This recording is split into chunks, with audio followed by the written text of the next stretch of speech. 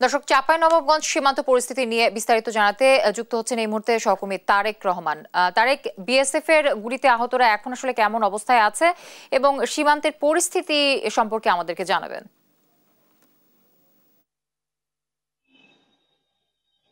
জ্যোতি, আপনাকে ধন্যবাদ।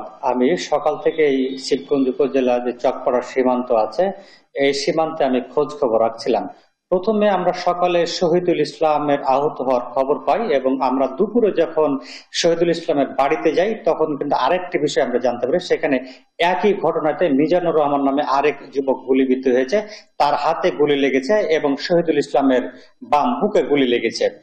স্থানীয়রা যেটা বলছে এবং শহীদুলের পরিবার যে বিষয়টি বলছে, শহীদুল কিন্তু একজন কোরআনের হাফেজ, সে কিন্তু একেবারে দরিদ্র পরিবারের সন্তান।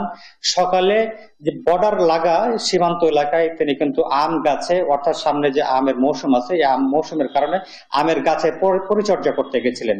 এই পরিচর্যা করতে গিয়ে কিন্তু তাদের উপর অতর্কিতভাবে গুলি চালায় ভারতীয় সীমান্ত রক্ষা বাহিনী বিএসএফ সদস্যরা। এই গুলিতেই কিন্তু শহীদুল ইসলাম প্রথমে আহত হয় এবং একই সাথে আহত হয় মিজানুর রহমান। প্রথমে শহীদুল ইসলামকে রাজশাহী মেডিকেল কলেজ হাসপাতালে পাঠানো হয় এবং সেখানে তার বর্তমানে চিকিৎসা চলছে।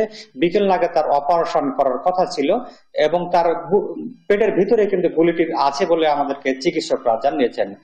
এদিকে আমরা যখন সীমান্তে গেলাম, সীমান্তে যে যে বিষয়টি দেখেছি, সীমান্তের ওই পারে কিন্তু ভারতীয় সীমান্তরক্ষী বাহিনীর বিএসএফ সদস্যরা কিন্তু তাদের যে মোটরসাইকেল টহল টিম আছে এবং গাড়িতে করে তারা কিন্তু টহল জোরদার করেছে এবং সীমান্তে কিন্তু বারবার তারা কিন্তু টহল দিচ্ছিলেন।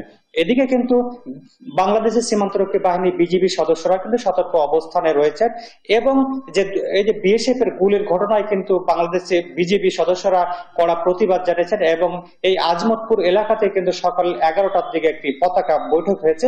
এই বৈঠকে যে হতাহতের ঘটনা ঘটেছে, এই হতাহতের কারণে কিন্তু তীব্র প্রতিবাদ জানানো হয়েছে, কড়া প্রতিবাদ যাকে বলেছে আমাদেরকে বিজিবি সদস্যরা।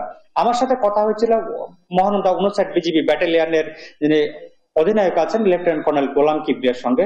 তিনি বলেছেন যে আসলে যে সকালবেলাতে সীমান্তে গেছেন এটি আসলে তারা মেনে নিতে পারছে না এবং সীমান্তে যে হতাহত হয়েছে সে বিষয়টি তারা কিন্তু মেনে নিতে পারছেন না। আসলে আহতের স্বজনরা যে বিষয়টি আমাকে জানিয়েছেন যে সীমান্ত এলাকাতে প্রায় সময়তে বিএসএফ সদস্যরা কিন্তু বাংলাদেশের অভ্যন্তরে ঢুকে ঢুকে তারা কিন্তু গুলি করে মানুষকে হত্যা করে এবং আহত করে। এসব ঘটনাতে আসলে বিচারহীনতার কারণে কিন্তু এই হত্যা দিন দিন এবং আহতর ঘটনা দিন দিন কিন্তু বেড়েই চলেছে।